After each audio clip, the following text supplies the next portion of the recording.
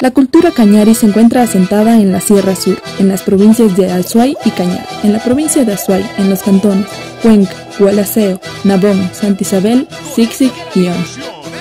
En la provincia de Cañar, en los cantones Azogues, Biblián, Cañar, Tambo, Telec y Suscal. La palabra cañari etimológicamente viene de can, culebra y ara, guacamaya.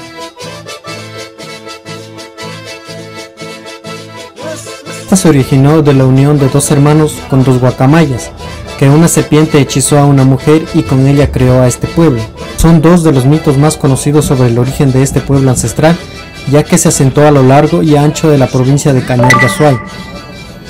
Guacamaya es un término quichua cañari que viene del huaca, que se traduce como protectora, madre o dios, y maya, que se traduce como única. Existen evidencias que nos llevan a pensar que la existencia de este pueblo es milenaria y que era muy desarrollada.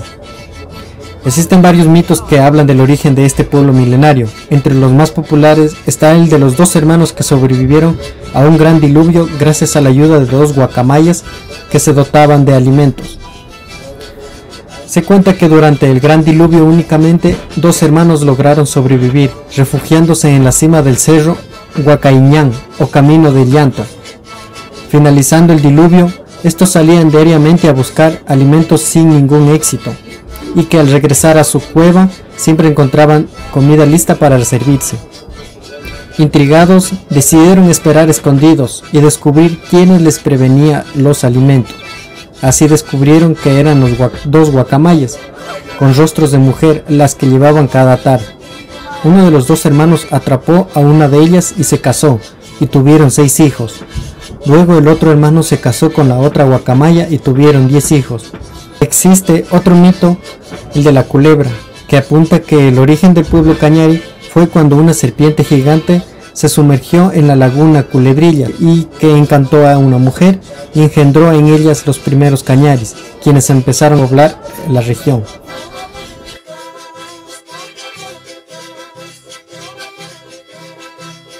La cultura de los cañaris puede dividirse según la conquista de los incas y la conquista española. Alrededor de 1470 se dio la llegada de los incas y culturas como los cañaris y los hualcabambas, que eran los aliados de los cañaris, decidieron resistirse ante los incas. Sin embargo, culturas como los paltas decidieron rendirse e incluso aportar con información sobre los cañaris. Tras varios conflictos entre los cañaris y los incas decidieron generar alianzas entre ellos, razón por la cual Tupac Yupanqui se dirigió hacia la Azuay y exigió que los hijos de los líderes cañaris se dirigieran hacia el territorio inca. Tupac Yupanqui creó varios edificios en este lugar, en donde nacería su hijo Huayna Capac. Huayna Capac creó edificaciones como Ingapirca, que era el centro militar de los cañaris, así como varios centros ceremoniales en el lago de Culebrilla. Los hijos de Huayna Capac, Atahualpa y Huáscar se enfrentaron. El pueblo cañari decidió apoyar a Huáscar, sin embargo él perdió frente a su hermano. Tras la pérdida de Huáscar, Atahualpa decidió ejecutar a los generales de Huáscar y entre ellos varios cañaris.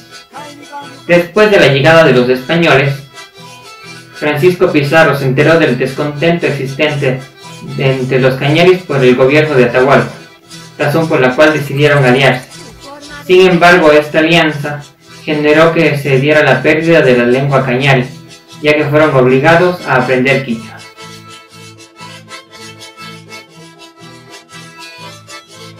El énfasis religioso de los cañaris está totalmente correlacionada con los elementos de la madre naturaleza, como por ejemplo cerros, cascadas, montañas, constelaciones celestes, el sol, la luna, ríos, cerros, lagunas, entre muchos más. Y la veneración permanente que cumple el papel de los mediadores entre lo humano y lo divino, descartando totalmente una concepción errónea de idolatría planteada por los primeros cronistas, historiadores y religiosos. Las festividades religiosas son rituales de carácter agrícola y sacral a la madre tierra. La tierra hay Pamama se considera madre, un ser vivo, siendo una de las manifestaciones la fertilidad. Por ello, en el periodo de siembra, para obtener buenas cosechas, se realiza rogativas, sahumerios, desagravios, música y danza.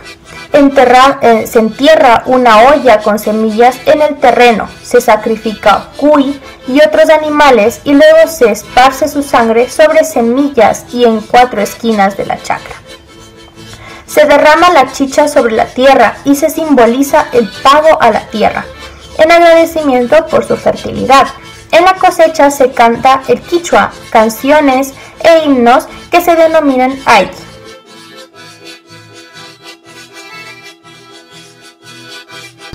Los cañaris tuvieron su propia lengua, denominada cañari, hasta el siglo XVII, la cual desapareció debido a la generalización y expansión del quichua. Actualmente se habla el rumashimi o el quichua, utilizándose algunos vocablos de la lengua cañari. En la apariencia, el cronista español Cieza de León nos habla que los cañaris son de buenos cuerpos y buenos rostros, y esto los define como únicos. Dentro de la vestimenta del hombre existe un sombrero blanco de lana prensada de forma redonda, una camisa bordada de cuello y mangas, una cushma o poncho corto de lana, una faja o chumbi a la altura de la cintura, un pantalón negro de lana. En la vestimenta de la mujer se guarda un sombrero blanco de lana prensada de forma redonda, su pelo es agarrado con una trenza, sus collares, aretes de plata con motivos propios de la cosmovisión cañari. El rebozo está sujeto con un prendedor, la blusa blanca y bordada, las polleras de lana de varios colores y principalmente negras con las orillas bordadas. Sus alpargatas eran confeccionadas con caucho debido al trabajo duro de campo. Los cañaris eran expertos maestros alfareros y sus artesanías los decoraban con la naturaleza. También conocían el oro y la plata, las cuales las trabajaban muy bien. La música de este pueblo es monótona y triste, sin embargo tiene mucho sentimiento. Sus instrumentos son la bocina, la quipa, el pulcuyo, el rondador y la flauta.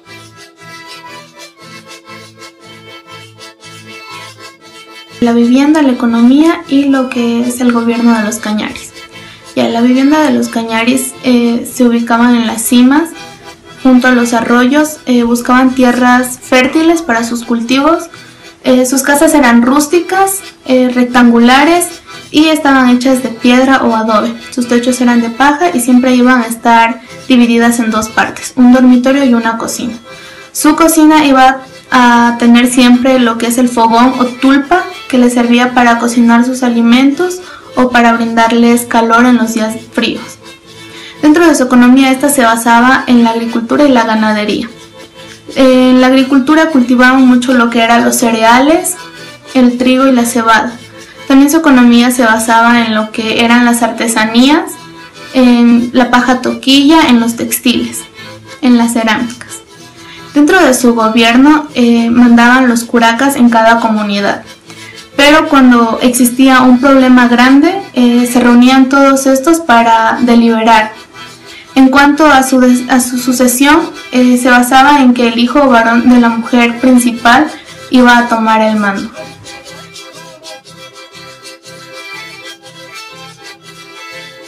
Para los cañaris, la vida continuaba en el más allá, y la muerte era considerada solamente una transición de su cuerpo y alma como prolongación final de la vida, por lo que ellos tenían el convencimiento de que tendrían las mismas necesidades que tuvieron mientras estaban vivos y por lo tanto enterraban a sus difuntos acompañados de objetos que solían usar de acuerdo a sus profesiones y posición social.